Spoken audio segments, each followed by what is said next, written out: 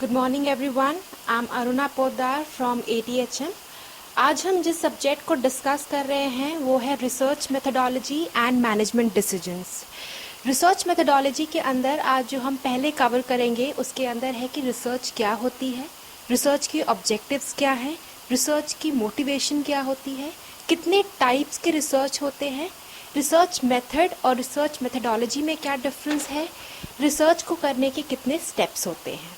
सबसे पहले हम बात करते हैं अबाउट रिसर्च। रिसर्च जैसा कि नाम सजेस्ट करता है दो शब्दों से बना है, री एंड सर्च। री का मतलब होता है अगेन और सर्च का मतलब होता है to find out. So research को अगर हम सिंपल शब्दों में समझने की कोशिश करें तो रिसर्च का मतलब होता है टू फाइंड आउट अगेन, यानी कि किसी भी एक चीज़ को दोबारा से सर्च करना, उसमें कोई नई डिटेलिंग ऐड करना या उसे कुछ नए मुकाम पर ले जाना, उसको हम कहते हैं रिसर्च। रिसर्च को अगर हम लेमैन शब्दों में डिफाइन करें सो it is basically a systematic and a scientific search for relevant information on a specific topic. Research जब भी की जाती है तो वो किसी एक पर्टिकुलर टॉपिक को ध्यान में रखकर की जाती है। ये टॉपिक डिपेंड करता है कि रिसर्चर अपनी तरफ से क्या टॉपिक लेना चाहता है या किस पर रिसर्च करना चाहता है। रिसर्च में मैंने दो वर्ड यूज़ किए, सिस्टमैटिक एंड साइंटिफिक। सिस्टमैटिक का मतलब होता है क्रमबद्ध तरीका, यानी ऐसे तरीका जिसके अंदर हम स्टेप्स को फॉलो करते हैं, क्योंकि रिसर्च में ऐसा नहीं हो सकता कि पहले आप डेटा कलेक्शन करें और बाद में टॉपिक डिसाइड करें। हर चीज़ का एक प्रॉपर स्टेप है, इसलिए इसे कहा जाता है कि ये एक सर्च है जो बेसिकली बहुत सिस्टमैटिक है। और दूसरा एक शब्द मैंने यूज़ किया, दैट इज़ साइंटिफिक। साइंटिफिक का मतलब होता है कि इसमें हम जो भी प्रोसीजर्स यूज़ करते हैं या इसके अंदर हम जितने मेथड्स को यूज़ करते हैं वो मेथड्स जो होते हैं वो काफ़ी साइंटिफिक होते हैं, उनमें कई मैथमेटिकल कैलकुलेशन होते हैं, क्योंकि इसके अंदर हम ग्राउंड रियलिटी को समझने की कोशिश करते हैं। रिसर्च तब तक पूरी नहीं हो सकती जब तक एक रिसर्चर ग्राउंड रियलिटी को सामने लेकर के नहीं आता। सो रिसर्च को अगर हम दूसरे शब्दों में कहें तो it is basically a voyage of discovery. Voyage of discovery का मतलब कि एक ऐसा फील्ड है जिसमें आप जितना डिस्कवर कर सके उतना ही रेलेवेंट और न्यू इन्फॉर्मेशन जो है वो लोगों के आगे आती है। हर सब्जेक्ट में, चाहे वो सोशियोलॉजी हो, चाहे इकोनॉमिक्स हो, चाहे हिस्ट्री हो या कोई भी सब्जेक्ट हो, कहीं ना कहीं पर रिसर्च की ज़रूरत हमेशा पड़ती है, क्योंकि कोई भी सब्जेक्ट आइसोलेशन में एग्जिस्ट नहीं कर सकता। हर सब्जेक्ट को अपने आगे बढ़ने के लिए उसमें कुछ नए डिमेंशंस को हमेशा जोड़ना पड़ता है, और जो रिसर्चर्स होते हैं वो आज की प्रॉब्लम को लेकर के, जो प्रॉब्लम कह सकते हैं ग्राउंड रियलिटी में है, उस प्रॉब्लम के ऊपर सर्च करते हैं ताकि एक नया डिमेंशन फॉर्म किया जा सके, एक नया कॉन्सेप्ट बनाया जा सके, या फिर जो कॉन्सेप्ट पहले से है उनको दोबारा से रीफ्रेम किया जा सके। यानी कहने का मतलब है कि रिसर्च का मतलब इसी से हम नहीं समझ सकते कि किसी एक नई चीज़ को खोजना, बल्कि इसके अलावा एक कॉन्सेप्ट को रीबिल्ड करना भी रिसर्च कहलाता है। रिसर्च एक ऐसी प्रोसेस है जिसके अंदर सबसे पहले हम अपना टॉपिक सिलेक्ट करते हैं, डेटा को कलेक्ट करते हैं, एनालाइज करते हैं, रिव्यू करते हैं लिटरेचर को, उसके बाद डिडक्शंस करते हैं, डेटा को ग्राफिकली रिप्रेजेंट करते हैं, और सबसे लास्ट में जो स्टेप आता है that is report writing. So basically जब भी कोई रिसर्चर एक रिसर्च करता है तो वो इन सारे स्टेप्स को फॉलो करता है। इनमें से किसी भी स्टेप को अगर भूल जाए तो रिसर्च जो है वो ज़्यादा ऑथेंटिकेटेड नहीं हो पाएगी। इसमें सबसे पहले पॉइंट को हम डिस्कस करते हैं, what are the objectives of research. यानी कि अगर कोई इंसान रिसर्च करने के बारे में सोचता है या वो ये सोचता है कि इस सब्जेक्ट में या इस टॉपिक पर कुछ नया डिमेंशन सामने आना चाहिए, तो उसके पीछे उसका क्या मोटो होता है या उसका क्या ऑब्जेक्टिव होता है। सबसे पहला ऑब्जेक्टिव जो होता है that is search of knowledge.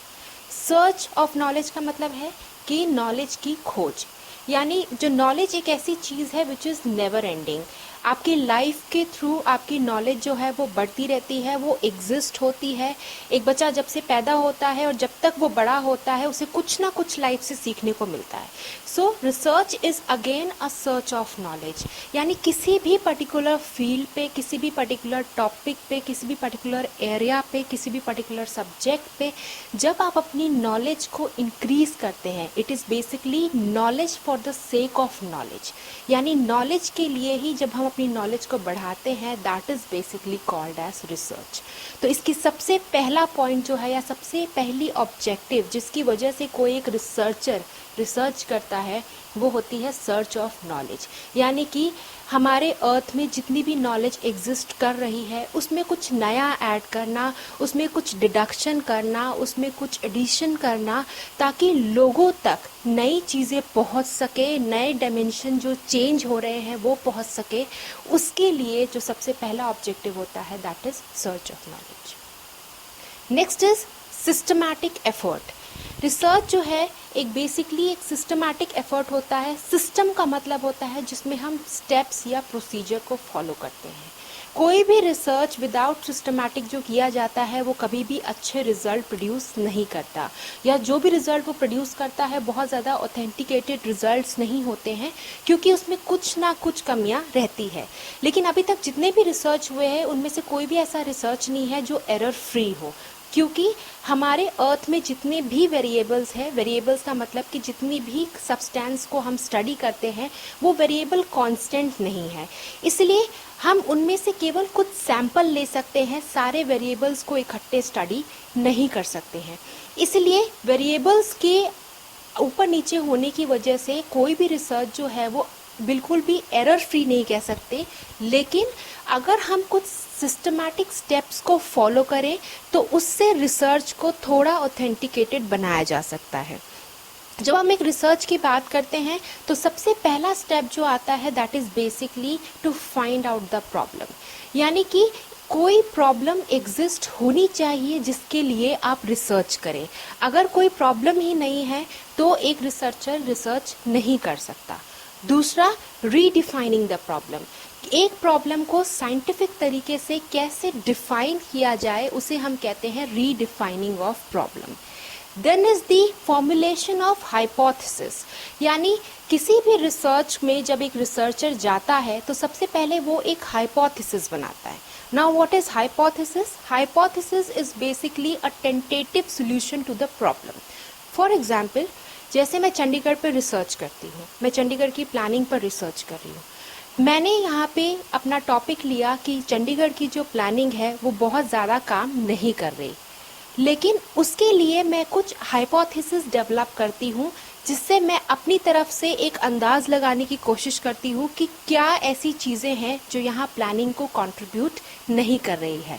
जब मेरी रिसर्च पूरी होगी तो मैं अपने हाइपोथेसिस यानी अपने टेंटेटिव सॉल्यूशन से उनको मैच करने की कोशिश करूँगी कि क्या वो मेरी हाइपोथेसिस के साथ मैच होते हैं या नहीं होते हैं। उसके बाद आता है your research design. Research design के अंदर हम समझते हैं कि रिसर्च को किस तरीके से कैरी आउट करना है, यानी कि जब हम कोई रिसर्च कर रहे हैं हर रिसर्च के करने का क्राइटेरिया अलग होता है। अगर कोई रिसर्च साइंस में किया गया है तो उसका क्राइटेरिया अलग होगा, उसी तरीके से सोशल साइंसेस के रिसर्च का क्राइटेरिया अलग होता है। सो रिसर्च डिज़ाइन के अंदर हम ये फॉर्मुलेट करते हैं कि रिसर्च किस तरीके से किया जाना चाहिए या उसमें कौन कौन से स्टेप्स होने चाहिए। इसके बाद जो सिस्टमैटिक स्टेप आता है that is basically the sample design और द सैम्पल साइज। एक रिसर्च को करने के लिए जब हम वेरिएबल्स की बात करते हैं और जब हम ग्राउंड रियलिटी की बात करते हैं, एक एग्जांपल मैं आपको देना चाहूँगी। सपोज़ हम पॉपुलेशन पे रिसर्च कर रहे हैं। पॉपुलेशन में अगर हम सिर्फ फीमेल पॉपुलेशन पे रिसर्च कर रहे हैं तो भी ये फीजिबल नहीं है कि हम एक देश में रह रही या एक पूरे स्टेट में रह रही सारी फीमेल्स के बारे में इंटरव्यू करें, क्योंकि उसके बाद जो डेटा कलेक्ट होगा वो बहुत ज़्यादा हो जाएगा और उसको मैनेज करना बहुत मुश्किल। इसीलिए हम हमेशा एक सैम्पल ड्रॉ करते हैं। सैम्पल का मतलब होता है कि 100 की जनसंख्या से या 100 के पॉपुलेशन से अगर हम रैंडमली या किसी तरीके से 10 लोगों को उठाते हैं और उन पर रिसर्च करते हैं तो वो हमारा बन जाता है सैम्पल साइज़। सो हर रिसर्च को करने के लिए हम पॉपुलेशन में से या किसी भी अदर फैक्टर में से कुछ सैम्पल को सिलेक्ट करते हैं और वही सैम्पल साइज़ आगे जा कर के हमारे रिसर्च को फॉर्मुलेट करता है। इसके अलावा आता है the process of data collection. जैसे ही एक रिसर्चर अपने ऊपर के सारे स्टेप्स को फॉलो करते हुए आता है तो नेक्स्ट स्टेप जो उसके पास आता है that is the data collection. Data collection से हमारा मतलब है कि डेटा किस टाइप का होना चाहिए, प्राइमरी डेटा होना चाहिए या सेकेंडरी डेटा होना चाहिए, हम बाद में डिस्कस करेंगे। तो दो टाइप्स के डेटा होते हैं, primary data and secondary data. Primary data का मतलब होता है जो रिसर्चर खुद जाकर फील्ड में अपने आप लेता है, और सेकेंडरी डेटा का मतलब होता है ऐसे डेटा जो हमारी लाइब्रेरीज में, हमारे बुक्स में या ऐसी किसी जगह पर मिले जो पहले से किसी ने रिसर्च कर रखी हो। सो बेसिकली इसके बाद जो प्रोसेस आता है that is the process of data collection. जैसे ही डेटा कलेक्ट होता है उसके बाद जो प्रोसेस आता है that is the process of data analysis. Data analysis से हमारा मतलब है कि एक डेटा को हम सिस्टमैटिक तरीके से किस तरीके से हम सामने रखते हैं, क्योंकि जब हम डेटा को इकट्ठा करते हैं तो डेटा एक रॉ फॉर्म में होता है, उसमें कोई टैबुलेशन नहीं होती है, चाहे वो लोगों के व्यूज़ से इकट्ठा होता है। कुछ डेटा जो होता है वो क्वालिटेटिव होता है, कुछ डेटा जो होता है वो क्वांटिटेटिव होता है। तो हर डेटा को किस तरीके से रिप्रेजेंट करना है, टैबुलर फॉर्म में रिप्रेजेंट करना है, ग्राफिकल फॉर्म में रिप्रेजेंट करना है, या उसका क्या क्राइटेरिया होना चाहिए, वो इसके अंदर हम करते हैं। नेक्स्ट आता है द प्रेजेंटेशन ऑफ डेटा। जब भी हम डेटा को टेबुलर फॉर्म में रिप्रेजेंट करते हैं तो वो डेटा जो है वो एक तरीके से अरेंज हो जाता है, लेकिन उसकी सबसे बड़ा डिमेरिट ये होता है कि टैबुलर फॉर्म को रीड करना और टैबुलर फॉर्म को समझने में काफ़ी प्रॉब्लम्स आती हैं। इसलिए डेटा को रिप्रेजेंट करने के लिए कुछ फैक्टर्स बनाए गए हैं, जैसे कि ग्राफिकल फैक्टर्स होते हैं जिसमें आप बार डायग्राम होते हैं, हिस्टोग्राम होते हैं, पाई चार्ट्स होते हैं, पिक्टोरल डायग्राम्स होते हैं, डॉट मैप्स होते हैं, क्लोरोप्रेथ मैप्स होते हैं। ये सारे जो है इन्हें हम कहते हैं graphical method of presenting data, क्योंकि जब भी हम डेटा को किसी भी चार्ट से या किसी भी ग्राफ से रिप्रेजेंट करते हैं, सबसे पहली बात कि वो रीडेबल बन जाते हैं, और दूसरी बात ये होता है कि वो बड़े अट्रैक्टिव लगते हैं और रीडर्स जो है उनको पढ़ने में काफ़ी इंटरेस्ट लेते हैं। नेक्स्ट ऑब्जेक्टिव जो आता है that is the pursuit of truth. जब भी रिसर्च हम करते हैं तो हमारा main motto, apart from data collection, apart from the research designing, apart from everything, कोई भी स्टेप्स को छोड़ करके जो सबसे पहला मोटो हमारे दिमाग में आता है that is the pursuit of truth. यानी कि कभी भी कोई रिसर्च अगर की जाती है तो वो हमेशा ग्राउंड रियलिटी को रिप्रेजेंट करनी चाहिए। अगर हम कोई रिसर्च फेक डेटा से करते हैं या डेटा को मैनिपुलेट करते हैं या अपने अकॉर्डिंग हम कंक्लूजन लाना चाहते हैं तो वो रिसर्च ऑथेंटिकेटेड रिसर्च नहीं होती। जिस रिसर्च में ग्राउंड रियलिटी को समझने की कोशिश की जाए, अभी की प्रॉब्लम्स को समझने की कोशिश की जाए, या फिर नई डिस्कवरी या नया ट्रूथ फाइंड आउट करने की कोशिश की जाए, वो एक सबसे बड़ा ऑब्जेक्टिव होता है रिसर्च करने का। एक रिसर्चर हमेशा चाहता है, उसकी हमेशा कोशिश रहती है कि वो इस तरीके से अपने रिसर्च को कैरी आउट करे कि उसकी जो रिसर्च है वो ट्रूथफुल हो, लोगों के लिए, सोसाइटी के लिए, एजुकेशनल इंस्टीट्यूशन के लिए, या फर्दर उस रिसर्च को आगे कोई और कैरी आउट कर सके ताकि उसे पीछे की चीज़ को दोबारा दोहराना ना पड़े।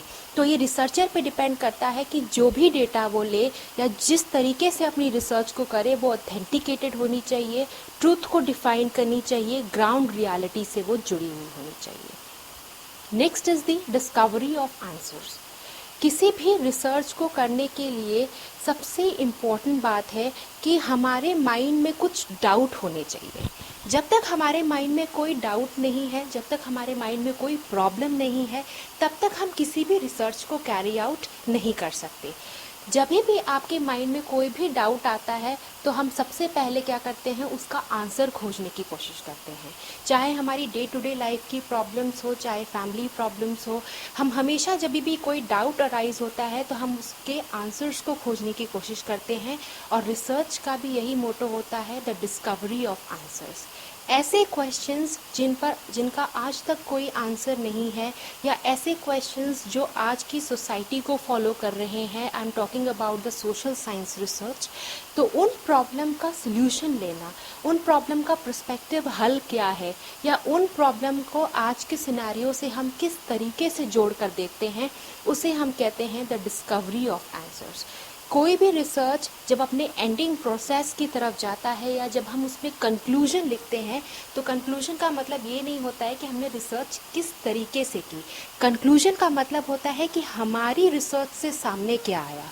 तो इसीलिए it is basically a discovery of answer, अपने आंसर्स को रीडिफाइन करना या जो चीज़ पहले खोजी गई है उसको दोबारा से देखना या उसको रीडिफाइन करना, उसे हम कहते हैं the discovery of answers.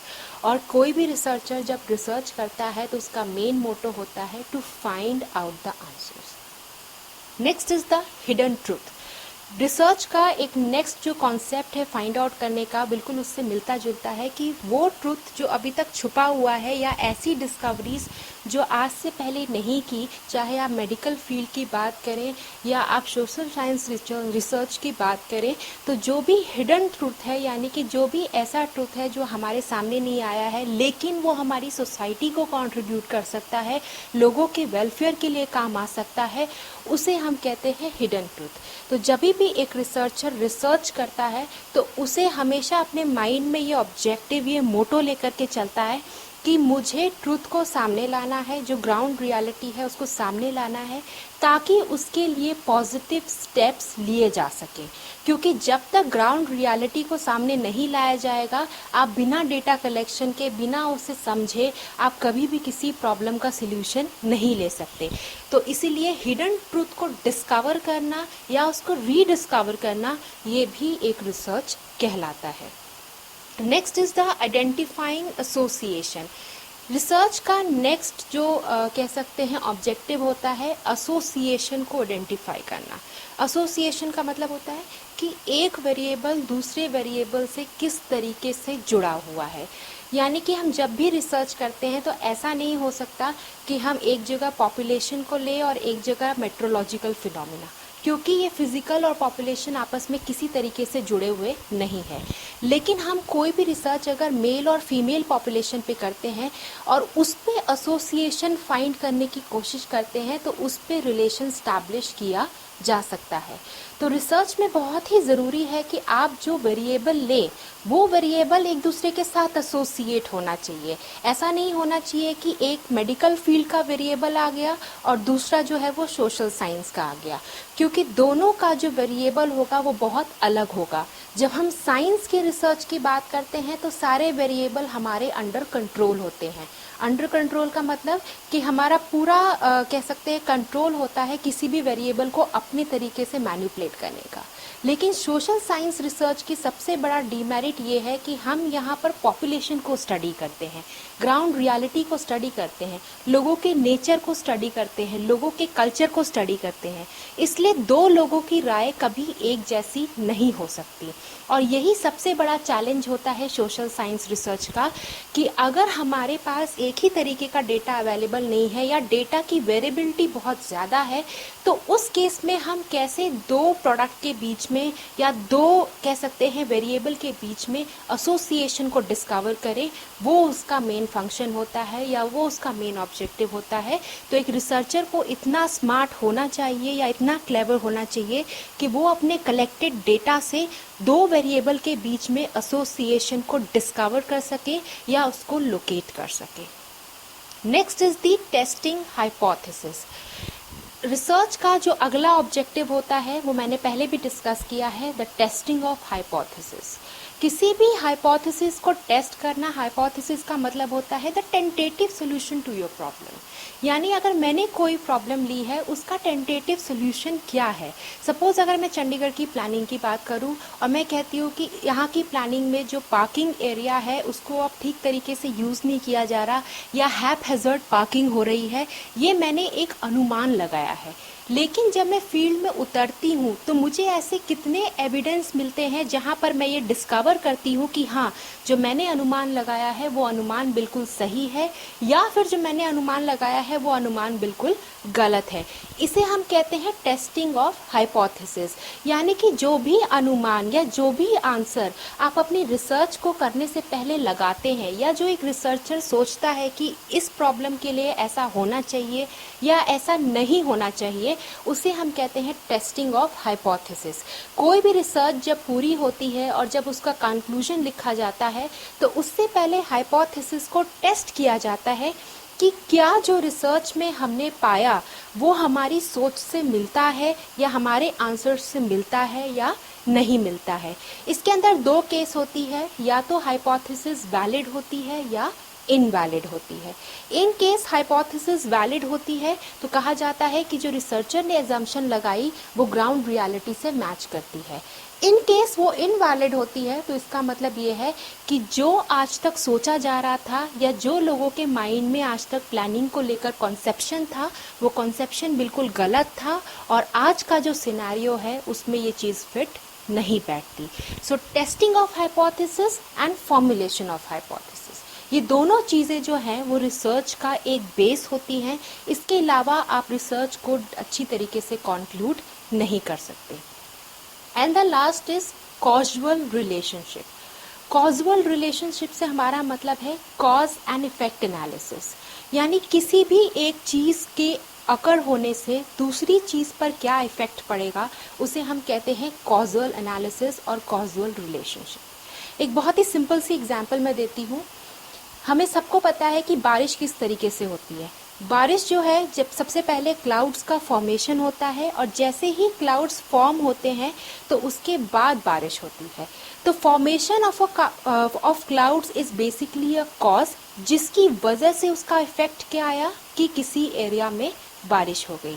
So basically कि जब भी हम रिसर्च करते हैं तो हम ये जानने की कोशिश करते हैं कि दो वेरिएबल्स के बीच में क्या कॉजुअल रिलेशनशिप है, क्या किसी एक वेरिएबल के कम या ज़्यादा होने से दूसरे वेरिएबल पे कुछ इफेक्ट पड़ेगा या फिर दोनों वेरिएबल्स आपस में संबंधित नहीं है। सो कॉजुअल रिलेशनशिप को जानना भी रिसर्च के ऑब्जेक्टिव्स हैं। सो अभी तक हमने रिसर्च के काफ़ी ऑब्जेक्टिव्स फाइंड आउट किए, जिसमें सबसे पहला था search of knowledge, systematic effort to gain knowledge, pursuit of truth, discovery of answers, hidden truth, identifying association between variables, testing of research hypothesis and finding out causal relationship. ये सारी चीज़ें हैं जो रिसर्चर के माइंड में आती है जब भी वो किसी प्रॉब्लम को लेने के लिए सोचता है या ये उसका मेन ऑब्जेक्टिव होता है। नेक्स्ट जो हमारा इसी के अंदर टॉपिक है that is motivation in research. Research जो है ये 1 साल की या 2 साल का प्रोसेस नहीं होता है, ये एक बहुत लंबा प्रोसेस होता है। कई दफ़े रिसर्च करने में 10 ईयर्स से लेकर 15 ईयर्स तक का भी टाइम लगता है। So it is a very very lengthy process.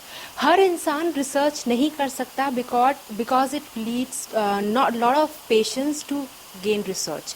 कोई भी रिसर्च करने के लिए आपके पास पेशेंस होना, आपके पास नॉलेज होना, सब्र होना, टाइम को अच्छी तरीके से यूटिलाइज करना, ये बहुत सारे फैक्टर्स हैं जो किसी रिसर्च को कैरी आउट करने में अपना साथ देते हैं।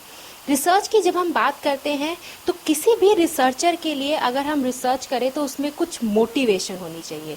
मोटिवेशन से हमारा मतलब होता है the positive motivation. For example, एक छोटा बच्चा जब पढ़ नहीं रहा होता है तो हम उसे क्या मोटिवेशन देते हैं कि आप अपना होमवर्क करिए तो आपको 2 चॉकलेट मिलेगी। तो चॉकलेट उस बच्चे के लिए क्या है? चॉकलेट उस बच्चे के लिए होमवर्क करने का एक जरिया है, एक मोटिवेशन है। सो रिसर्च के अंदर भी हम यही देखते हैं कि एक रिसर्चर जब रिसर्च करता है तो कौन कौन से ड्राइविंग फैक्टर्स, एक्चुअली मोटिवेशन को अगर हम डिफाइन करें it is basically a driving factors, कि रिसर्च में ऐसे क्या क्या ड्राइविंग फैक्टर्स हैं जो लोगों को कंपेल करते हैं कि वो रिसर्च करें। अगर रिसर्च के अंदर कोई भी ड्राइविंग फैक्टर नहीं है तो कोई भी इंसान अपना इतना टाइम लगा करके रिसर्च नहीं करेगा। सबसे पहला आता है to gain a research degree. Research को एक बहुत ही स्कॉलरिस्टिक एट्रीब्यूट माना जाता है। जो स्कॉलर्स होते हैं, जो कह सकते हैं बहुत ही एक्सपर्ट होते हैं, वो अपने एरिया में रिसर्च करते हैं और रिसर्च करने से उन्हें क्या मिलता है? और रिसर्च डिग्री। रिसर्च डिग्री जो कि बहुत ही कह सकते हैं बहुत ही नोबल होती है and it is basically to gain PhD of any subject. So किसी भी रिसर्चर के लिए एक डिग्री लेना हमारी सोसाइटी में एक रिस्पेक्ट को बिल्ड करना या अपने एकेडमिक कह सकते हैं रिकॉर्ड्स को और आगे लेकर के जाना, या किसी भी इंस्टीट्यूट की डेवलपमेंट के बारे में सोचना, या एजुकेशन फील्ड के अंदर अपना कंट्रीब्यूशन देना, या किसी भी एजेंसी के लिए काम करना, ये सारा जो है ये मोटिवेशन के अंदर आता है। यानी कि एक रिसर्चर जो है वो रिसर्च तभी कर सकता है जब उसको इसके बदले में कोई अवार्ड मिले। वो अवार्ड तब होता है जब वो अपनी डिग्री को गेन करता है, और वो डिग्री जो उसको सोसाइटी में रिस्पेक्ट दिलाती है, उसको किसी एजुकेशनल इंस्टीट्यूट पे एट अ हायर लेवल लेकर के जाती है। Next is to face challenge. Research का एक बहुत बड़ा कह सकते हैं जो काम होता है that is to face the challenge. यानी कोई भी एक रिसर्चर जो होता है वो इतना ज़्यादा कह सकते हैं उस पर गट्स होने चाहिए कि वो चैलेंज को फेस कर सके, क्योंकि जब भी हम ग्राउंड रियलिटी की ओर जाते हैं तो सारी चीज़ें सिस्टमैटिक नहीं होती। बहुत सारी चीज़ें होती है जो बीच में हिंड्रेंस बन के आती है। कभी कभी हमें डेटा नहीं मिलता, कभी सोर्सेज नहीं मिलते, कभी हमारे क्वेश्चनर्स लोगों तक पहुंचते नहीं हैं, कभी लोग आंसर्स नहीं करते हैं, कभी होता है कि अगर हम ट्राइबल ग्रुप पर रिसर्च कर रहे हैं तो वहाँ जाना मुश्किल होता है, लोगों से मिलना मुश्किल होता है। So it requires a lot of patience.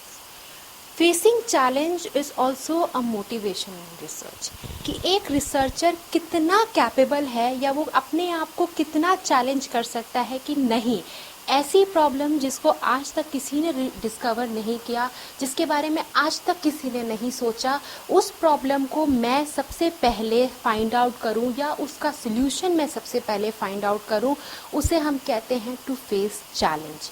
Facing challenge, अगर कोई भी रिसर्चर किसी चैलेंज को फेस करने के लिए रेडी नहीं है तो इसका मतलब है कि वो अपनी रिसर्च को ऑथेंटिकेटेड नहीं बनाना चाहता है। It not only need mental exercise but it also need physical exercise. यानी जब भी आप रिसर्च करते हैं तो मेंटली भी आपको स्ट्रांग होना पड़ता है and physically you have to be strong enough कि आप हर एक जगह जाकर डेटा कलेक्ट कर सके, लोगों से मिल सके, लोगों से बात कर सके, ताकि लोगों के व्यूज़ आप तक पहुंच सके और आप उस पर एक ऑथेंटिक रिसर्च बना सके।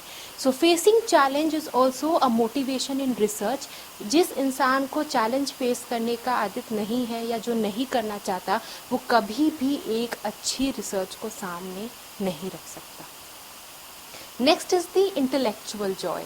इंटेलेक्चुअल जॉय का मतलब हम दूसरी तरीके समझ सकते हैं कि इंटेलेक्चुअल हैप्पीनेस। कुछ लोग जो होते हैं वो कभी भी अपने आप को एक सब्जेक्ट तक या एक टॉपिक तक सीमित नहीं रखते। उनका हमेशा दिल करता है कि वो अपने सब्जेक्ट को लेकर के कुछ आगे डिस्कवर करते हैं। They want to know something new.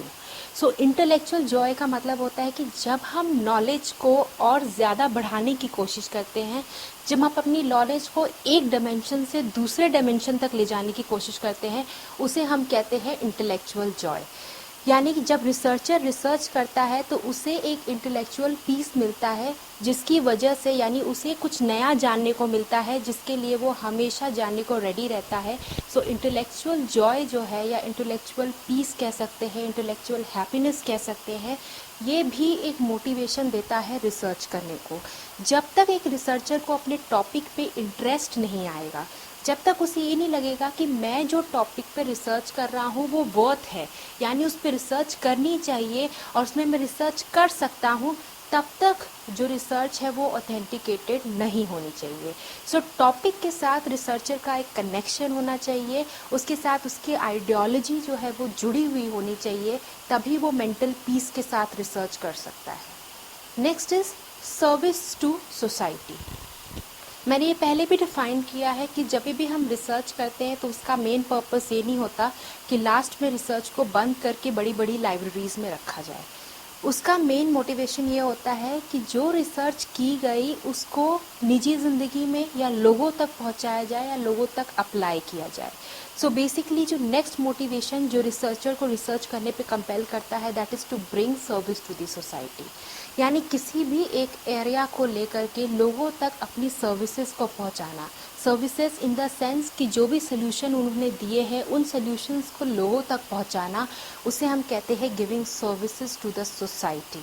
सो एक रिसर्चर हमेशा चाहता है कि वो सोसाइटी को सर्विस दे, सोसाइटी उसके रिसर्च से आगे बढ़े।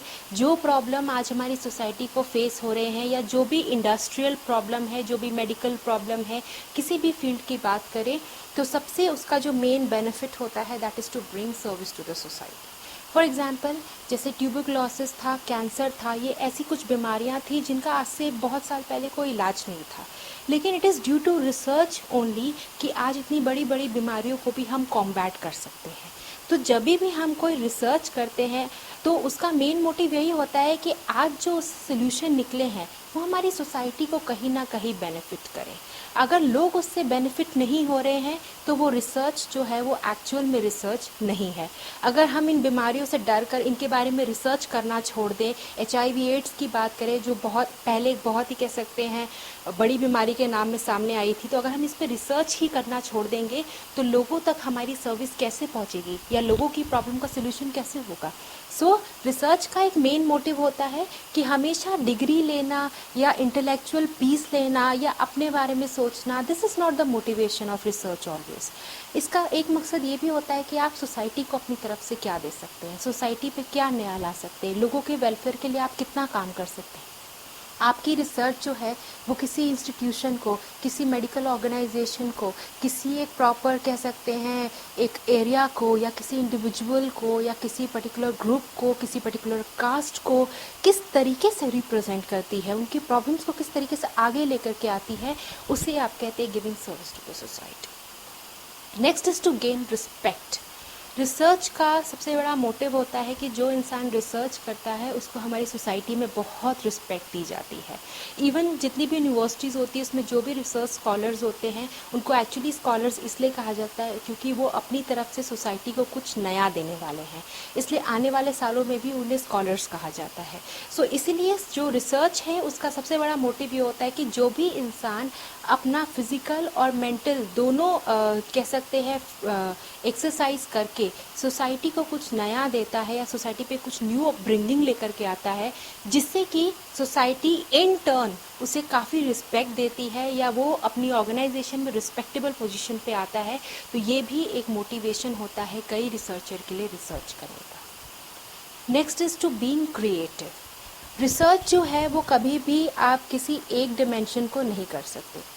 आपको रिसर्च करने के लिए हमेशा क्रिएटिव होना ज़रूरी है। इवन नॉट इन रिसर्च, अगर आप आज किसी भी फील्ड में हैं तो आपको हर फील्ड में अपनी क्रिएटिविटी को दिखाना बहुत ज़रूरी है। क्रिएटिविटी का मतलब इससे नहीं होता कि आप कितना अच्छा बना सकते हैं या लिख सकते हैं या जो भी आपका एक्सपेक्ट करे। क्रिएटिविटी का मतलब होता है कि आपके पास कितने न्यू आइडियाज़ हैं। क्रिएटिविटी का मतलब होता है कि आप जिस चीज़ पर रिसर्च कर रहे हैं उसमें आप कितने नए डायमेंशंस को जोड़ सकते हैं। क्या आप पर्टिकुलर एक टॉपिक पर रिसर्च कर रहे हैं या आप टॉपिक के भी सब टॉपिक्स बना करके उन पर भी रिसर्च कर रहे हैं। सो बीइंग क्रिएटिव, जितना एक रिसर्चर क्रिएटिव होगा उतनी ज़्यादा वो अच्छी रिसर्च सामने रख कर आएगा। अगर हम किसी सिंगल टॉपिक पर ही रिसर्च करेंगे, उसमें कोई क्रिएटिविटी नहीं है, ठीक है, टॉपिक सिलेक्ट कर लिया, उसका डेटा बना लिया, डेटा बनाने के बाद प्रेजेंट कर दिया, कंक्लूजन लिख दिया, that is not creativity. Creativity is something जब आप आउट ऑफ बॉक्स कुछ करते हैं, यानी जो रिसर्च आज तक नहीं की गई या जिसने जो अटेम्प्ट आज से पहले नहीं किया, या अगर वो अटेम्प्ट हो भी चुका है तो उस पर आप क्या नया जोड़ रहे हैं, दैट इज़ बेसिकली क्रिएटिविटी। सो एक रिसर्चर को क्रिएटिव होना बहुत ज़रूरी है ताकि वो रिसर्च को अच्छे तरीके से कैरी आउट कर सके। अभी तक हम डिस्कस कर रहे थे कि रिसर्च को करने के क्या ऑब्जेक्टिव्स होते हैं, रिसर्च क्या होती है और रिसर्च को क्या करने के लिए पीछे उसके क्या मोटिवेशंस होते हैं। इन चीज़ को हमने अभी तक डिस्कस किया। दूसरी चीज़ जो अब हम डिस्कस करने वाले हैं that is basically types of research. यानी रिसर्च जो है वो एक किस्म की नहीं होती, उसके कई टाइप्स होते हैं, उसके कई डिमेंशंस होते हैं। तो रिसर्च के कौन कौन से टाइप्स होते हैं, बेसिक तौर पे अगर हम कहें तो रिसर्च के 8 टाइप्स होते हैं, जिनके अकॉर्डिंगली जो रिसर्च है वो वेरी करती है। इन टाइप्स में से सबसे पहला टाइप है डिस्क्रिप्टिव रिसर्च। डिस्क्रिप्टिव रिसर्च को हम कहते हैं x post facto research. X post facto research का मतलब होता है कि इस रिसर्च के अंदर जो वेरिएबल्स होते हैं वो रिसर्चर की कंट्रोल में नहीं होते हैं। कहने का मतलब कि एक जो रिसर्चर है वो सिर्फ ये देख सकता है कि क्या हो रहा है या क्या हो गया, लेकिन इस पर वो अपनी कोई भी वेरिएबल्स को कंट्रोल करके नहीं रख सकता, यानी कि अपनी तरफ से कोई एडिशन नहीं कर सकता। डिस्क्रिप्टिव रिसर्च जो होते हैं, जैसा नाम सजेस्ट करता है, बहुत ही डिस्क्रिप्टिव होते हैं, लोगों के बिहेवियर पैटर्न्स को स्टडी करते हैं, और इनका सबसे बड़ी स्पेशलिटी ये होती है कि इसके अंदर रिसर्चर को वेरिएबल्स के ऊपर कंट्रोल नहीं होता। यानी जब भी हम साइंस रिसर्च की बात करते हैं तो सारे वेरिएबल्स हमारे कंट्रोल के अंदर होते हैं, वो बहुत ही एक कंट्रोल्ड एनवायरनमेंट में की जाती है। लेकिन जब सोशल साइंस रिसर्च की बात होती है तो वो वेरिएबल्स जो होते हैं वो बिल्कुल अनकंट्रोल्ड होते हैं, क्योंकि वो लोगों को डिफाइन कर रहे होते हैं, और पॉपुलेशन का बिहेवियर, पॉपुलेशन का जो पैटर्न है वो कभी भी इक्वल नहीं होता। सो डिस्क्रिप्टिव रिसर्च को अगर हम सिंप्लीफाई करें तो उसका कहने का मतलब ये है कि इस रिसर्च के अंदर जो रिसर्चर है वो सिर्फ ये देखता है कि हमारे आसपास क्या हो रहा है या क्या हो चुका है, लेकिन इस पर वो अपनी तरफ से कोई एडिशन नहीं कर सकता। इस तरीके की जो रिसर्च है वो बेसिकली बिहेवियरल साइंसेस में काफ़ी यूज़ की जाती है। यानी कि जब हमें ह्यूमन पॉपुलेशन का बिहेवियर स्टडी करना है, यानी कि पॉपुलेशन के कुछ सेगमेंट्स में से, या किसी कह सकते हैं कि अगर आपको शॉपिंग की फ्रीक्वेंसी, किसी भी पॉपुलेशन में शॉपिंग की क्या फ्रीक्वेंसी है उसको स्टडी करना है, जो बिहेवियर एस्पेक्ट में आते हैं, उसे हम कहते हैं डिस्क्रिप्टिव रिसर्च। इसीलिए इसे कहा जाता है x post facto research. Next is the analytical research. Analytical research descriptive research के बिल्कुल उल्टा है। इसके अंदर जो वेरिएबल्स है उनको रिसर्चर अपने तरीके से मैनिपुलेट कर सकता है, डेटा कलेक्ट कर सकता है, डेटा को रिफॉर्म कर सकता है और उसको रिप्रेजेंट कर सकता है। एनालिटिकल रिसर्च के अंदर जो रिसर्चर है वो ये कोशिश करता है कि किसी एक रिसर्च को एक्सपेरिमेंटल तरीके से उससे कैसे कंक्लूजन निकाला जाए, और इसके अंदर वो वेरिएबल्स को कुछ सैंपल लेकर के उस वेरिएबल पे एक्ट करता है और उसके साथ जो डिज़ायर्ड उसके रिजल्ट है उसको लाने की कोशिश करता है। Next is the fundamental research. Fundamental, जब भी हम किसी चीज़, फंडामेंटल ऑफ कंप्यूटर्स, कभी भी हम किसी चीज़ का फंडामेंटल पढ़ते हैं इसका मतलब है बेसिक। सो फंडामेंटल रिसर्च को बेसिक और प्योर रिसर्च भी कहा जाता है, क्योंकि फंडामेंटल रिसर्च के अंदर जब हम कोई भी रिसर्चर रिसर्च करता है तो उसका मेन पर्पस होता है the formulation of generalisations and theory, यानी अपनी तरफ से कुछ जनरलाइजेशंस ड्रॉ करना, कुछ थ्योरी बिल्डअप करना। इसीलिए इसे हम कहते हैं प्योर और बेसिक रिसर्च। इसके अंदर जब भी एक रिसर्चर रिसर्च करता है फंडामेंटल एस्पेक्ट को ध्यान रखते हुए, तो उसका सबसे पहला मोटो ये होता है कि वो किसी नॉलेज को डिस्कवर करे। It is basically a knowledge for the sake of knowledge. जब भी हम फंडामेंटल रिसर्च की बात करते हैं तो हम प्योर रिसर्च की बात करते हैं, हम ग्राउंड लेवल रिसर्च की बात करते हैं, हम बेसिक रिसर्च की बात करते हैं। तो जब भी एक रिसर्चर इस तरीके की रिसर्च करता है तो उसका मेन एम होता है कि वो एक प्रॉपर थ्योरी या एक प्रॉपर जनरलाइजेशन को फ्रेम करने की कोशिश कर रहा है। इसलिए इस रिसर्च को कहा जाता है fundamental research. Next is the applied research. Apply या एप्लीकेशन का मतलब होता है कि जब हमारी सीखी हुई चीज़ को हम किसी एक सेट पर अप्लाई करते हैं या किसी एक सेट की तरफ उसको यूज़ करते हैं, that is basically application. So applied research जो होता है उसमें हम इंडस्ट्रियल पर्पस या अपनी सोसाइटी के किसी प्रॉब्लम को सॉल्व करने की कोशिश करते हैं। यानी इस रिसर्च का जो मेन फैक्टर होता है वो ये होता है कि किसी भी एरिया जहाँ पर कोई प्रॉब्लम परसिस्ट कर रही है उस एरिया में अपनी जो की हुई रिसर्च है उसको अप्लाई करना और वहाँ की प्रॉब्लम को रिड्यूस करना, that is the basic function of applied research.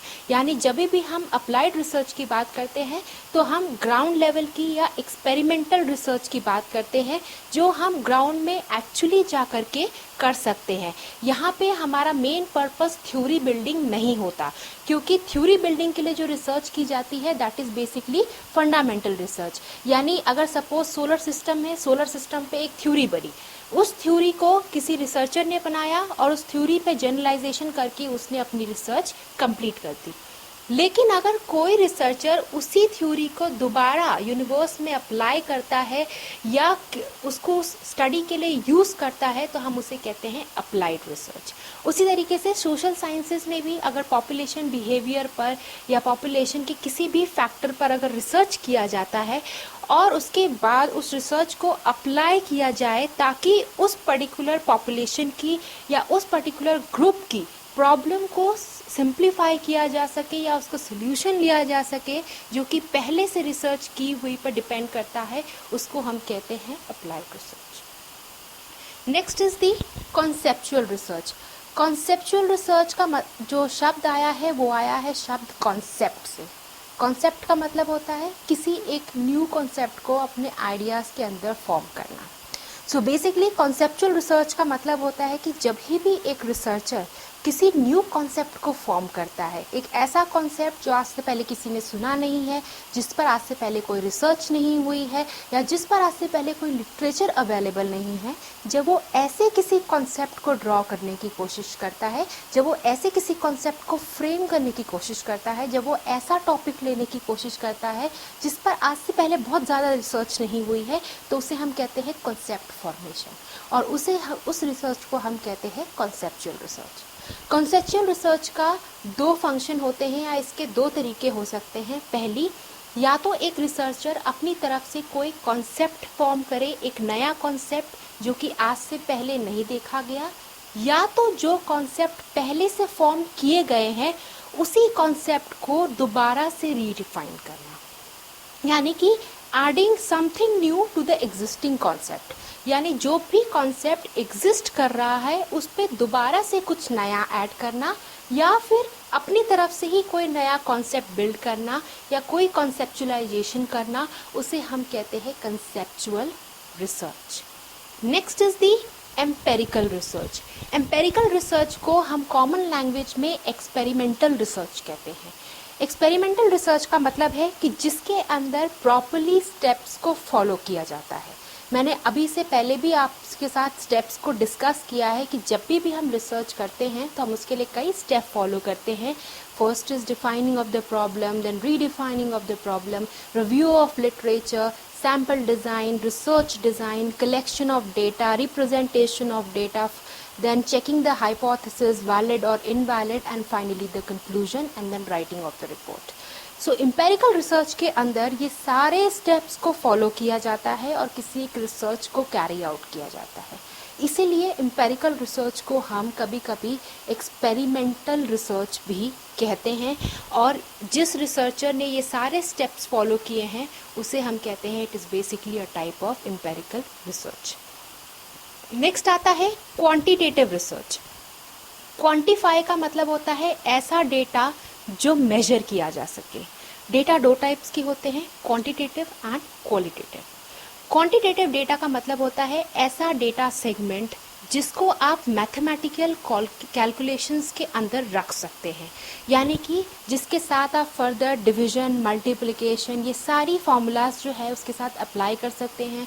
आप कोरिलेशन, रिग्रेशन एनालिसिस, ये सारे एनालिसिस आप इसके साथ कर सकते हैं। उन डेटा को हम कहते हैं क्वांटिफिकेशन डेटा।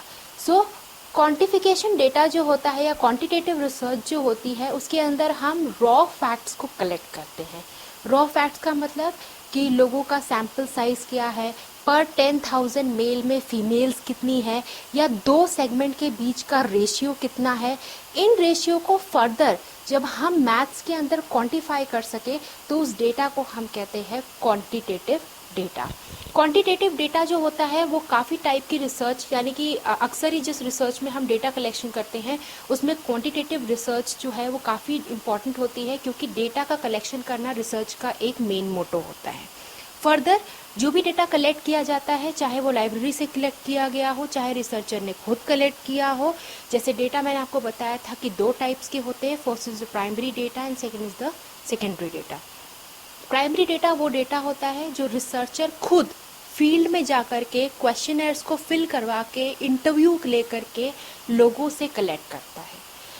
प्राइमरी डेटा के अंदर हम टेलीफोनिक कॉन्वर्सेशन को भी प्राइमरी डेटा ही कहते हैं। सो ऐसा डेटा जो रिसर्चर ने डायरेक्टली इंडिविजुअल से जाकर कलेक्ट किया उसे हम कहते हैं प्राइमरी डेटा। सेकेंडरी डेटा क्या होता है? ऐसा डेटा जो मार्केट में रेडिली अवेलेबल है, चाहे वो सीरीज के फॉर्म में हो या लाइब्रेरीज में बुक्स हो, पहले की हुई रिसर्च हो, किसी ऑर्गेनाइजेशन का डेटा हो, या कोई भी ऐसा डेटा जो हमारे पास रेडिली अवेलेबल हो और जिसका यूज़ करके हम अपनी रिसर्च को आगे बढ़ा सके, ऐसे डेटा को हम कहते हैं सेकेंडरी डेटा। सेकेंडरी डेटा को कलेक्ट करने के लिए रिसर्चर को उन सोर्सेज के पास जाना पड़ता है, उसे अपनी कोई फिजिकल कह सकते हैं इसमें एक्सरसाइज नहीं करनी पड़ती।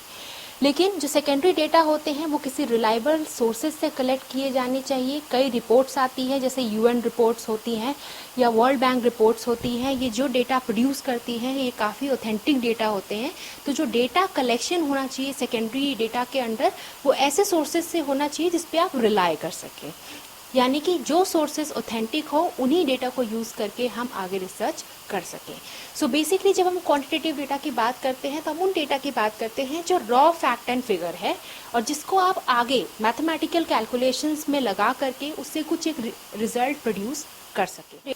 क्वालिटेटिव डेटा जो नाम ही बताता है क्वालिटी, या कह सकते हैं किसी भी एक एट्रीब्यूट की जो क्वालिटी है उसे हम क्वालिटेटिव डेटा के अंदर रखते हैं। क्वालिटेटिव डेटा की सबसे बड़ी डिमेरिट ये होती है कि आप इसको किसी मैथमेटिकल कैलकुलेशंस में नहीं लगा सकते, लेकिन इसकी पॉजिटिव वैल्यू ये है कि आप उसकी इंटेंसिटी को मेजर कर सकते हैं। फॉर एग्जांपल, मुझे ये प्रोडक्ट कैसा लगा, कोई आपको बोलेगा बहुत अच्छा, कोई बोलेगा एवरेज, कोई बोलेगा पुअर, कोई बोलेगा कि नो ओपिनियन। आप इन डेटा को किसी भी तरीके से क्वालिटेटिव फॉर्म में रिप्रोड्यूस नहीं कर सकते क्योंकि ये लोगों के विचार हैं, लोगों का बिहेवियर पैटर्न है। तो जब भी हम बिहेवियर की स्टडी करते हैं या लोगों के पॉपुलेशन के फिनोमेना की स्टडी करते हैं या किसी एक पॉपुलेशन ग्रुप को टारगेट करते हैं या किसी सपोज शॉपिंग की फ्रीक्वेंसी स्टडी करते हैं, किसी प्रोडक्ट की फ्रीक्वेंसी स्टडी करते हैं, उस समय हम लेते हैं क्वालिटेटिव डेटा। क्वालिटेटिव डेटा को आप ग्राफिकल फॉर्म में रिप्रेजेंट नहीं कर सकते। आप ये नहीं कह सकते कि ये वाला बार जो है दैट इज़ वेरी गुड, उससे जो नीचे है दैट इज़ वेरी बैड। सो इसके अंदर हम सिर्फ उसकी इंटेंसिटी को मेजर कर सकते हैं कि ऐसे कितने पॉपुलेशन के लोग हैं जो इस प्रोडक्ट को वेरी गुड की कैटेगरी में रखते हैं, ऐसे कितने पॉपुलेशन है जो इस प्रोडक्ट को एवरेज कैटेगरी में रखते हैं, ऐसे कितने पॉपुलेशन है जो इस प्रोडक्ट को जीरो कैटेगरी या पुअर कैटेगरी में रखते हैं। और जितने भी लोगों की फ्रीक्वेंसी जिस भी क्राइटेरिया में या जिस भी कैटेगरी में ज़्यादा होगी उसको बेस माना जाता है। सो क्वांटिटेटिव डेटा और क्वालिटेटिव डेटा का बीच में डिफरेंस यही है कि जो क्वांटिटेटिव डेटा है that can be put into mathematical calculations, लेकिन जो क्वालिटेटिव डेटा है इसको मैथमेटिकल कैलकुलेशन में फर्दर इसको डिवाइड मल्टीप्लाई करना बहुत मुश्किल है क्योंकि ये ह्यूमन बिहेवियर को स्टडी करता है। जब हमने सब्जेक्ट का स्टार्ट किया था तो हमने स्टार्ट किया था रिसर्च मेथडोलॉजी के साथ। रिसर्च क्या होता है, रिसर्च के टाइप क्या होते हैं, रिसर्च का मोटिवेशन क्या होता है, रिसर्च के ऑब्जेक्टिव्स क्या होते हैं, सब चीज़ें आपने पढ़ी। लेकिन इसमें एक इम्पॉर्टेंट पॉइंट है research methodology. What is methodology? Research methods क्यों नहीं लिखा गया, रिसर्च मेथडोलॉजी ही क्यों लिखा गया? There is a basic difference between research method and research methodology. जब आप मेथड की बात करते हैं और जब आप मेथडोलॉजी की बात करते हैं तो दोनों के बीच में डिफरेंस क्या है? मेथड जो होता है वो मेथडोलॉजी का एक पार्ट होता है। मेथडोलॉजी का कॉन्सेप्ट बहुत बड़ा होता है। मेथडोलॉजी के अंदर कई मेथड्स हो सकते हैं। एक रिसर्चर जब मेथड की बात करता है तो वो किसी पर्टिकुलर मेथड की बात करता है जो उसने अप्लाई किया है अपने रिसर्च को करने के लिए। लेकिन जब हम मेथडोलॉजी की बात करते हैं तो मेथडोलॉजी के अंदर हम वो सारे एट्रीब्यूट्स, वो सारे फॉर्मूलाज, वो सारे कैलकुलेशन, वो सारे प्रोसीजर्स को इंक्लूड करते हैं जिससे एक रिसर्च कैरी आउट किया जा सकता है। एक मेथड जो है वो स्मॉल स्केल पर यूज़ होता है, लेकिन जब हम मेथडोलॉजी की बात करते हैं तो it is a very large scale.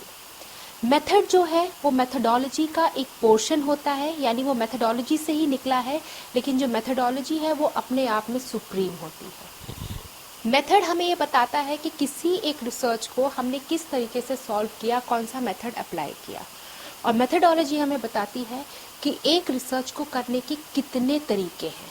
ये रिसर्चर पे डिपेंड करता है कि वो दी गई मेथडोलॉजी में से कौन सा मेथड जो है वो अपने आप को लेता है उस प्रॉब्लम को सॉल्व करने के लिए।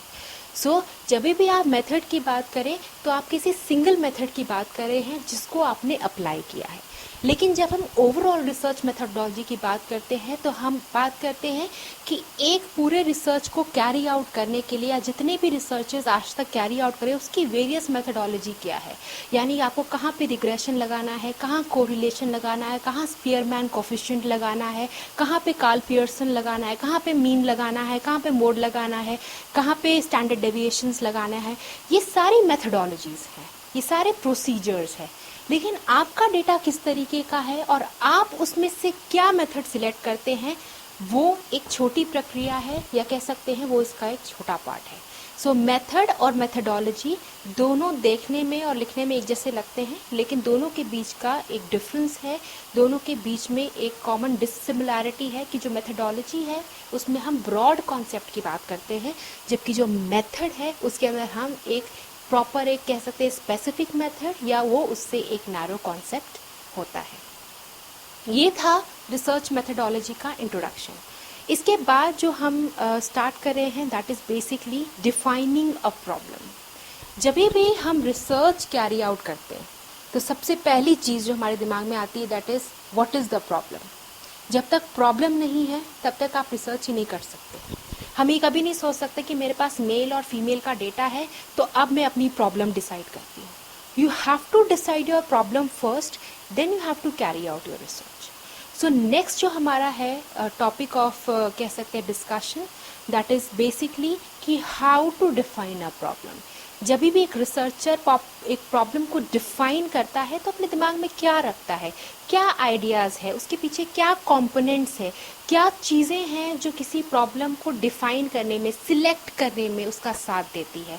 या जब भी आप एक प्रॉब्लम सिलेक्ट कर रहे हो तो ऐसी कौन सी चीज़ें हैं जिसको आपको समझना चाहिए या जिसको आप देखना चाहिए जब भी आप वेरिएबल्स की स्टडी कर रहे हो।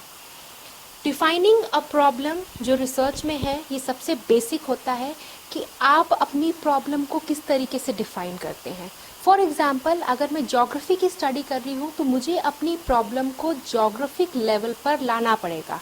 मैं अगर ज्योग्राफी में मार्केट का एनालिसिस कर रही हूँ तो मैं नहीं लिख सकती market analysis of sector so and so. क्यों?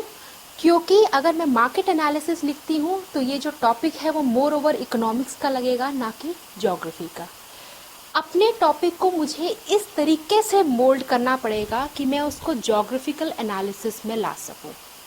जैसे अगर मैं कहती हूँ स्पेशियल एनालिसिस ऑफ मार्केट, जब मैंने इसमें स्पेशल वर्ड को एंटर किया है, जब मैंने इसमें स्पेशल वर्ड लगाया तो उससे खुद ही पता चल गया कि हम स्पेस की स्टडी कर रहे हैं। And space is not related with economics, it is related with geography. Basically जब भी हम किसी रिसर्च में किसी टॉपिक को लेते हैं तो सबसे पहले हमारा जो एरिया है, अगर हम सोशल साइंस की तरफ से करें, सोशियोलॉजी की तरफ से कर रहे हैं, इकोनॉमिक्स की तरफ से कर रहे हैं, तो हमें अपने रिसर्च को टेक्निकली उस तरीके से अपने टॉपिक को मोल्ड करना है कि वो हमारे एरिया का ही टॉपिक लगे। क्योंकि जो टॉपिक सोशल साइंसेस में होते हैं वो अक्सर एक दूसरे के साथ कोलाइड होते हैं, क्योंकि जो स्टडी एरिया होता है वो हमेशा पॉपुलेशन होता है। आप पॉपुलेशन के वेरिएबल को ही स्टडी करेंगे। अगर आप इकोनॉमिक्स में मार्केट की स्टडी कर रहे हैं देन मार्केट में कौन जाएगा? Obviously population. अगर आप ज्योग्राफी की स्टडी कर रहे हैं तो आप पॉपुलेशन कॉम्पोजिशन की बात करेंगे। तो इसलिए अगर आप पॉलिटिकल साइंस की बात कर रहे हैं तो फिर आप पॉपुलेशन के बारे में बात करेंगे। पॉपुलेशन तो हर जगह है, लेकिन उसको अपने एरिया के अकॉर्डिंग कैसे मोल्ड करना है ये डिपेंड करता है defining a problem. Defining a problem के अंदर दूसरा एट्रीब्यूट आता है रीफ्रेजिंग अ प्रॉब्लम, जिसको हम बाद में डिस्कस करेंगे। पहले हम डिस्कस करते हैं what are the components of defining a problem. यानी जब भी एक रिसर्चर किसी प्रॉब्लम को डिफाइन करता है तो उसके क्या क्या कंपोनेंट्स जो है या उसके क्या क्या कह सकते हैं जो एरियाज है वो उसके सामने आते हैं। Number 1, there is an individual और group which is having a difficulty. Problem के लिए सबसे पहली बात जो मैं पहले से बोलती आई हूँ कि प्रॉब्लम क्या है, कि there should be an individual और group which is having some difficulty. हमारे पास कोई डिफ़िकल्टी होनी चाहिए, कोई प्रॉब्लम परसिस्ट करनी चाहिए, तभी हम रिसर्च कर सकते हैं। विदाउट प्रॉब्लम के आप रिसर्च नहीं कर सकते कि ऑलरेडी जिस पे आंसर्स ढूंढे हुए हैं आप दोबारा से अगर उसी को रिसर्च करने जाओगे that is a sheer wastage of time. So there should be an individual, कोई ऐसा व्यक्ति होना चाहिए, कोई ऐसा ग्रुप होना चाहिए, कोई ऐसे कंपोनेंट होने चाहिए जिनके पास एक प्रॉब्लम पर्टेन हो, जिनके पास एक कोई प्रॉब्लम हो जिसका सोल्यूशन वो ढूंढने की कोशिश कर रहे हैं। सो पहला कंपोनेंट है there should be a group और an individual which is having a difficulty, यानी कोई भी ऐसा ग्रुप या कोई भी ऐसा इंडिविजुअल जो एक डिफ़िकल्टी को फेस कर रहा है, जो एक प्रॉब्लम को फेस कर रहा है, जो हमारी सोसाइटी की प्रॉब्लम है या जिस भी लेवल की वो प्रॉब्लम है उसको सॉल्व करना। That is the basic component of defining a problem. Second is there should be some objectives to attain. जब भी हम किसी प्रॉब्लम को डिफाइन करते हैं तो हमारा सबसे पहला मोटो होता है कि अगर मैं इस चीज़ को डिफाइन करती हूँ या मैं इस चीज़ पर रिसर्च करती हूँ तो इससे मेरे क्या ऑब्जेक्टिव फुलफिल हो रहे हैं, मुझे इससे क्या फ़ायदा मिल रहा है या सोसाइटी को इससे क्या फ़ायदा मिल रहा है। अगर आप एक पूरी चीज़ पर रिसर्च कर ले और लास्ट में आपका कंक्लूजन कुछ भी ना निकले कि नहीं इस पर तो we can not draw any conclusion, तो इतने सालों की जो मेहनत है that is a sure waste. So there should be some objectives to attain. जब भी हम रिसर्च को डिफाइन करते तो उसके बाद सेकंड पेज पे आता है व्हाट आर दी ऑब्जेक्टिव, यानी अगर हमने ये प्रॉब्लम ली तो हमारे दिमाग में ऐसे क्या ऑब्जेक्टिव थे जिसने हमें कंपेल किया कि हम इस चीज़ को स्टडी करें। अगर आपके दिमाग में कोई ऑब्जेक्टिव नहीं है, कोई मोटो नहीं है, तो आप किसी चीज़ को स्टडी नहीं कर सकते। फॉर एग्जाम्पल, अगर एक स्टूडेंट स्कूल जाता है तो उसका क्या ऑब्जेक्टिव है? उसका ऑब्जेक्टिव ये है कि वो अपने आप को लिटरेट कर सके। अगर एक बच्चा स्कूल के बाद कॉलेज जाता है तो उसका क्या ऑब्जेक्टिव है? उसका ऑब्जेक्टिव है कि वो अपनी डिग्री को पूरा कर सके। कॉलेज ख़त्म होने के बाद बच्चों का क्या ऑब्जेक्टिव होता है?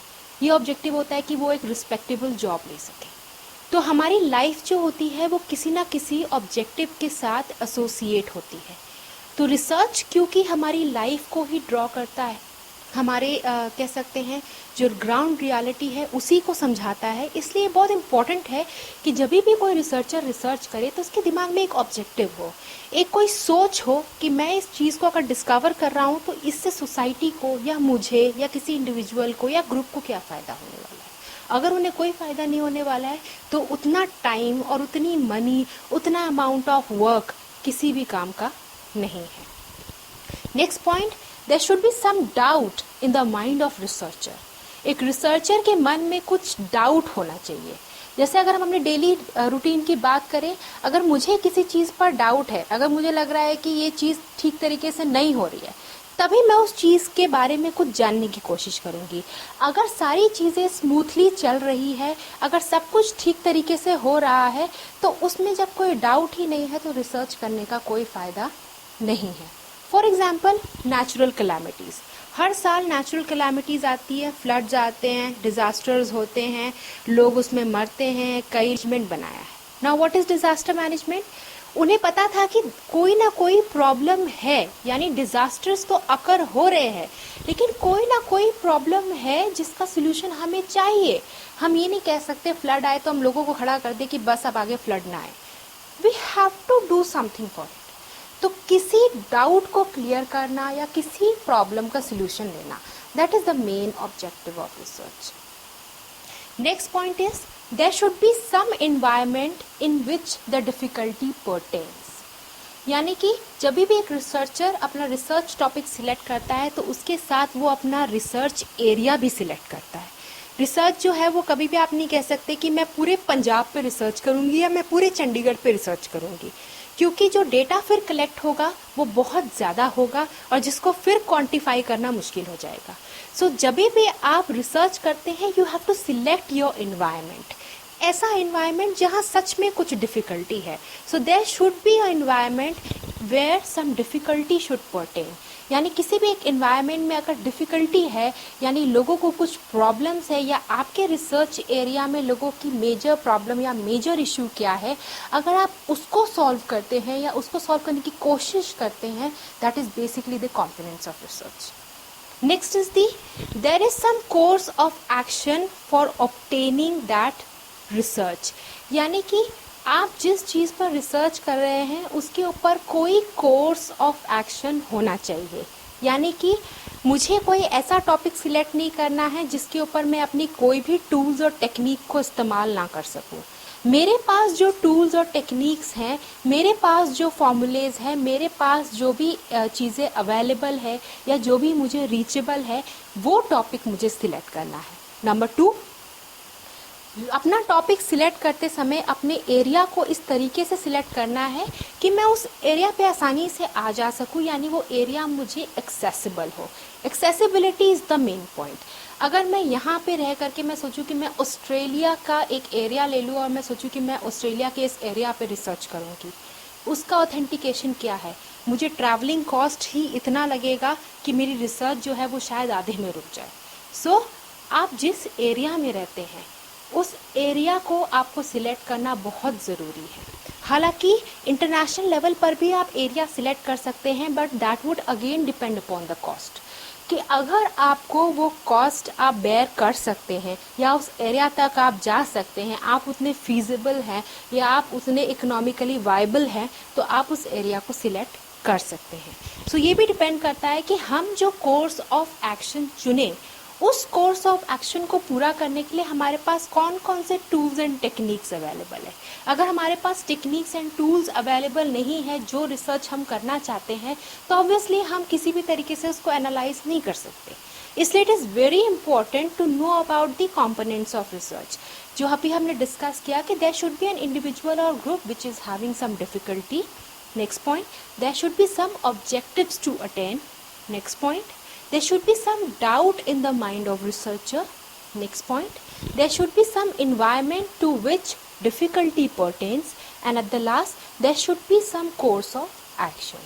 ये सारे components हैं जो किसी भी एरिया की रिसर्च को जो है वो डिफाइन करते हैं। Now what point should be kept in mind while selecting a problem? जब भी आप एक प्रॉब्लम को डिफाइन करते हैं तो ऐसी कौन सी चीज़ें हैं जिसको हमें दिमाग में रखना चाहिए या जिसको हमें सोच करके ही अपनी प्रॉब्लम को डिफाइन या रीडिफाइन करना चाहिए? क्योंकि मैंने अभी जैसे आपसे डिस्कस किया कि जो प्रॉब्लम है वो किसी ऐसे एरिया में होनी चाहिए जो फीजिबल हो, जो एक्सेसिबल हो, जो आप जहाँ जा सके, जहाँ पे आप अपना प्रैक्टिकल इन्फॉर्मेशन वहाँ की ले सके। So there are some points जो हमारे दिमाग में हमेशा होने चाहिए while we are selecting some problems. So basically the problem should not be overdone. कभी भी एक रिसर्चर को अगर ऑथेंटिक रिसर्च करनी है तो उसे ऐसे प्रॉब्लम को सिलेक्ट नहीं करना चाहिए जिस पर पहले से ही बहुत ज़्यादा काम हो चुका है। अब हमारे में से कई लोग ऐसा सोच रहे होंगे कि जिसमें पहले से ज़्यादा काम हो चुका है वो प्रॉब्लम सिलेक्ट करने से तो हमारी समस्या जल्दी हल होगी, लेकिन ऐसा नहीं है। जिस चीज़ में काम बहुत ज़्यादा हो चुका है उस प्रॉब्लम को अगर आप सिलेक्ट करते हैं तो उसका सबसे बड़ा डिमेरिट ये होगा कि आप अपनी तरफ से उसमें से कुछ नया नहीं ढूंढ सकते। ऑलरेडी अगर मैं जानती हूँ कि ए फॉर एप्पल है और उसके आगे कुछ नहीं हो सकता, तो आप दोबारा से अगर ए को सिलेक्ट करेंगे तो आप उसमें से क्या नया निकाल लेंगे। तो इसीलिए प्रॉब्लम जब भी हम सिलेक्ट करें तो ऐसा सब्जेक्ट सिलेक्ट करना चाहिए which should not be overdone. यानी किसी एक ग्रुप ने या बहुत सारे लोगों ने अगर उस पर रिसर्च कर दी है और हर रिसर्चर ने अपनी तरफ से कुछ नया उसमें डाल दिया है, तो जो नया रिसर्चर है उसको डेटा तो बहुत अवेलेबल हो जाएगा, लिटरेचर तो बहुत अवेलेबल हो जाएगा, लेकिन लिटरेचर अवेलेबल होने के बावजूद भी वो अब नया क्या उसमें डाल सकता है। अगर वो बहुत क्रिएटिव है then he can add something, लेकिन अगर वो बिल्कुल क्रिएटिव, उसमें क्रिएटिविटी कम है या उसमें डेटा भी सब कलेक्ट हो चुका है, सारे एट्रीब्यूट्स को स्टडी किया जा चुका है, तो फिर उस प्रॉब्लम में वो आगे क्या खोजेगा। तो हमेशा जो प्रॉब्लम सिलेक्ट करनी चाहिए that should be unique, that should be new. ऐसी प्रॉब्लम होनी चाहिए जो पहले किसी ने ना ढूंढी हो या पहले किसी ने ना समझी हो, right. Next is the controversial subject should not be done or should not be studied. ऐसे सब्जेक्ट जो कंट्रोवर्सीज में है, फॉर एग्जांपल किसी की कास्ट को स्टडी करना, किसी ट्राइबल ग्रुप को स्टडी करना, किसी के बारे में कुछ ऐसी चीज़ें स्टडी करना जिस पर डेटा कलेक्ट करने में हमें काफ़ी परेशानी हो सकती है, उसे हम कहते हैं कंट्रोवर्शियल सब्जेक्ट। यानी जिस पे लोग ज़्यादा अपने व्यूज़ को एक्सप्रेस करने के लिए इच्छुक नहीं होते या नहीं देंगे, उनको स्टडी करना बहुत मुश्किल हो जाता है। तो कभी भी ऐसा सब्जेक्ट नहीं चूज़ करना चाहिए जो कंट्रोवर्सीज पैदा करे, क्योंकि अल्टीमेटली उसमें आपका फिजिकल पेन ज़्यादा होगा और आपका डेटा कलेक्शन कम होगा। सो कभी भी कंट्रोवर्शियल प्रॉब्लम को नहीं लेना चाहिए। ज़्यादा बड़ी और ज़्यादा छोटी प्रॉब्लम्स को नहीं लेना चाहिए, और जो भी आप प्रॉब्लम लें उसको आप अलॉटेड टाइम में ही पूरा कर सकें, ऐसी प्रॉब्लम्स को आपको लेना चाहिए। आज हमने पढ़ा कि रिसर्च क्या होती है, रिसर्च के कौन से कंपोनेंट्स होते हैं, कितने टाइप की रिसर्च होती है, रिसर्च मेथड और रिसर्च मेथडोलॉजी में क्या डिफरेंस है, रिसर्च को करने के क्या स्टेप्स हैं, और इसके साथ हमने पढ़ा कि जब भी एक प्रॉब्लम को हम डिफ़ाइन करते हैं तो उसके कंपोनेंट्स क्या है और प्रॉब्लम किस तरीके से जो है वो सिलेक्ट की जानी चाहिए। आई होप कि आपको आज का लेक्चर समझ में आया होगा। Thank you.